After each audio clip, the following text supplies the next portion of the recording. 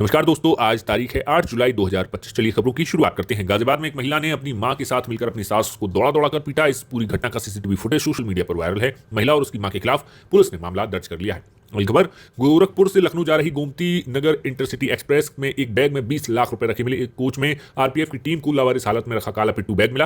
Gonda station पहुंचने पर bag की तलाशी ली गई, जिसमें कुल 20 लाख रुपए बरामद हुए। पूछताछ में किसी ने पैसे की जिम्मेदारी नहीं ली है। आरपीएफ ने बैग को गोंडा पोस्ट पर सुरक्षित रखवा दिया है। अगली खबर, आगरा के रामबाग में पार्किंग ठेकेदार के लोगों ने 2 ऑटो चालक को बुरी तरीके से बर्तन और थाली से पीटा। उनके ऑटो के शीशे तोड़ दिए। मारपीट का मामला 6 जुलाई का है, जिसका वीडियो अब सामने आया। पुलिस ने 7 लोगों के खिलाफ एफआईआर दर्ज कर 3 आरोपियों को अरेस्ट किया है। अगली खबर, बलरामपुर में एटीएस ने जमालुद्दीन और छांगुर के 18 सदस्यीय गैंग का भांडाफोड़ किया। यह गैंग अवैध धर्मांतरण और राष्ट्रविरोधी गतिविधियों में शामिल था। गैंग के 4 गिरफ्तारियों के बाद अब 14 फरार हैं। अगली खबर, मेरठ में एक महिला ने अपनी बेटी को पति की हत्या के लिए कहा। इसके बाद महिला के और बेटी के प्रेमी ने इस हत्या का प्लान बनाया। इसके बाद मौका पाकर बेटी के प्रेमी ने उसके पिता की हत्या कर दी। इस मामले में पुलिस की जांच अब 5 आरोपियों को गिरफ्तार कर चुकी है। अगली खबर, लखनऊ के गोमती नगर में दूध में थूक मिलाकर देने वाले आरोपी दूध वाले को पुलिस ने गिरफ्तार किया। सीसीटीवी फुटेज के कारण यह मामला सामने आया।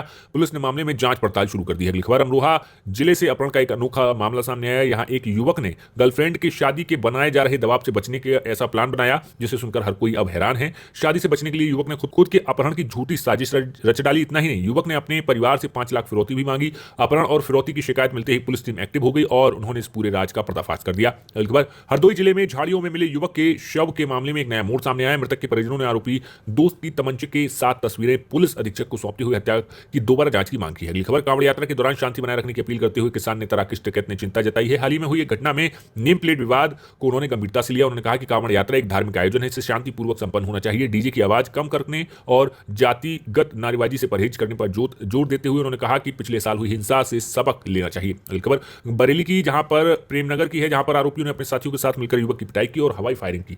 पीड़ित पक्ष ने पुलिस में शिकायत दर्ज कराई है, जिसके बाद आरोपी के खिलाफ मुकदमा दर्ज कर लिया है। अगली खबर, अंबेडकर नगर जिले में 10 साल पहले मृत एसीएमओ डॉक्टर ब्रह्म नारायण तिवारी के सरकारी आवास को हाल ही में खोला गया था। मरम्मत के लिए खोले गए कमरे से 22 लाख रुपए की नकदी बरामद हुई। ये रात्रि बिस्तर के नीचे रखी हुई थी। घटना से इसके बाद क्षेत्र में सनसनी हो गई है और इस पूरे मामले पर अब पुलिस जांच कर रही है। अगली खबर, लखनऊ में आयोजित एक प्रेस कॉन्फ्रेंस में समाजवादी पार्टी के अध्यक्ष अखिलेश यादव ने योगी सरकार पर तीखा हमला बोला। उन्होंने आरोप लगाया कि उत्तर प्रदेश में बन रहे कॉरिडोर भाजपा अपने लोगों को फायदा पहुंचाने के लिए बनवा रही है। अखिलेश यादव ने कहा कि योगी सरकार पिछले 9 सालों के विकास कार्य का कोई हिसाब नहीं दे रही है और समाजवादी सरकार के कामों के नाम केवल बदले जा रहे हैं। अगली खबर, मथुरा की सांसद और बॉलीवुड की ड्रीम गर्ल हेमा मालिनी के बांकी बिहारी कॉरिडोर पर दिए गए बयान के बाद कांग्रेस पार्टी के कार्यकर्ताओं ने सड़क पर प्रदर्शन किया। कार्यकर्ताओं ने वृंदावन के प्रमुख चुंगी चौराहे पर सांसद हेमा मालिनी का पुतला फूंकने का प्रयास किया। अगली खबर, कांग्रेस नेता सलमान खुर्शीद का कहना है कि उत्तर प्रदेश में कांग्रेस और समाजवादी पार्टी का गठबंधन अभी टूटा नहीं। उन्होंने कहा कि जब हमने साथ मिलकर चुनाव लड़ा तो हमें जो सफलता मिली, इस परिणाम को सभी ने देखा है। इस सफलता में कांग्रेस और समाजवादी पार्टी की भूमिका सभी समझते हैं।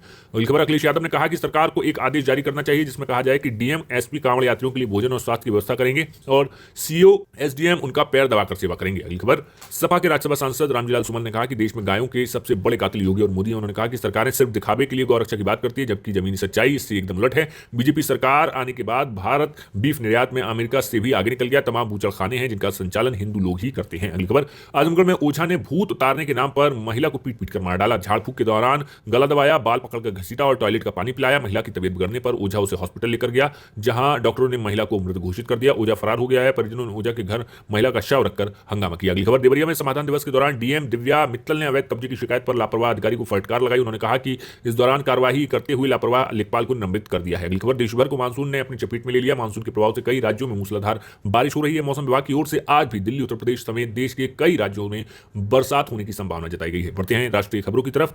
देश की सुरक्षा को और मजबूत बनाने के लिए डीआरडीओ ने एक बड़ी उपलब्धि हासिल की। डीआरडीओ के vehicle research and development establishment ने पूरी तरीके से स्वदेशी माउंटेड गन सिस्टम तैयार किया, जो जल्दी ही भारतीय सेना में शामिल होगा। अगली खबर, झारखंड के सांसद निशिकांत दुबे द्वारा दिए गए विवादित बयान पर महाराष्ट्र विधानसभा में आज राज्य के सांस्कृतिक कार्य मंत्री आशीष शेलार ने उनका नाम लिए बगैर जवाब दे डाला। शेलार ने कहा कि मराठी मानुष का देश की जीडीपी में बहुत बड़ा योगदान है। मराठी मानुष का फिल्मों में बड़ा योगदान है। मराठी मानुष की काबिलियत पर कोई भी सवाल न उठाए। दुबे ने कहा कि हमारे दिए हुए पर पल रहे हैं। अगली खबर, पटना में गोपाल खेमका के शूटर को गिरफ्तार किया गया है। शूटर का नाम उमेश है। पटना सिटी की आलमगंज से उसकी गिरफ्तारी हुई है। अगली खबर, पुंछ जिले के मंडी तहसील के बेलावाला लॉरन में बादल फटने से नाले में बाढ़ और भूस्खलन से एक ग्रामीण की मौत हो गई। कई भीड़ बकरियों के बहने की सूचना है। मृतक की पहचान 55 वर्षीय गुलाम मोहम्मद पुत्र समदा निवासी बटलकोट के रूप में हुई है। अगली खबर, प्रधानमंत्री मोदी ने ब्राजील में 17वें ब्रिक्स सम्मेलन के दौरान उरुग्वे और बोलीविया के राष्ट्रपति से मुलाकात की। उन्होंने ट्रेड, टेक्नोलॉजी और हेल्थ जैसे क्षेत्र में सहयोग बढ़ाने पर चर्चा की। भारत उरुग्वे के मजबूत संबंधों और बोलीविया के साथ द्विपक्षीय संबंधों को और मजबूत करने पर जोर दिया। राहुल गांधी ने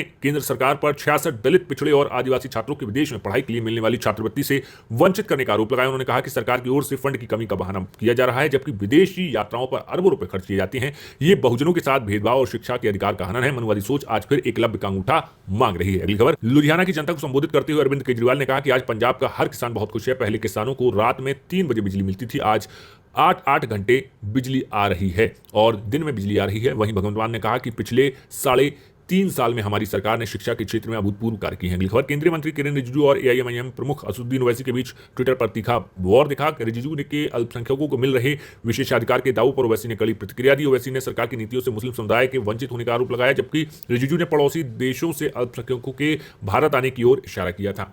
तो ये थी आज की तमाम बड़ी खबरें। कैसा लगा आपको ये शो, कहां से आप देख रहे हैं, हमें कमेंट बॉक्स में जरूर बताएं।